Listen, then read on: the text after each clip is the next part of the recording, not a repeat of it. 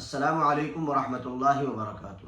حاضرین ناظرین، عام طور سے یہ بات سننے کو بھی ملتی ہے اور دیکھنے کو بھی ملتی ہے کہ جب کوئی عالمی سطح پر کہیں پہ ظلم ہو رہا ہو یا کسی کے ساتھ ناانصافی ہو رہی ہو یا آپسی جنگ چھڑ گئی ہو تو عام طور سے لوگ یہ بولنا شروع کر دیتے ہیں کہ عرب ممالک کیا کر رہے ہیں۔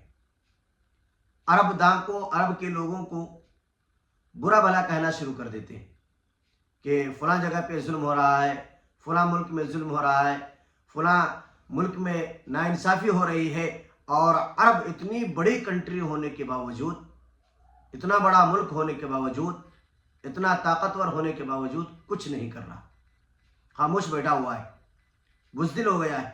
یعنی لا یعنی کلمات، نازیبا باتیں اور الٹی سیدھی باتیں عرب کے لوگوں کے بارے میں ہم چرچا کرنا شروع کر دیتے ہیں۔ میں آپ کو بتاتا ہوں اور وضاحت کے ساتھ بتاتا ہوں کہ جناب محمد رسول اللہ صلی اللہ علیہ وسلم نے عرب کے لوگوں کو برا بھلا کہنے سے منع فرمایا ہے۔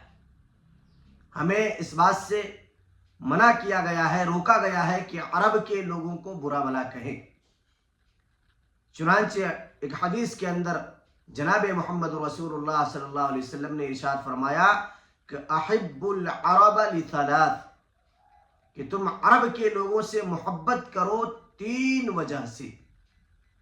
نمبر ایک، لأنی عربی، اس وجہ سے کہ میں عربی ہوں، اس لیے عرب کے لوگوں کو برا بھلا نہ کہو۔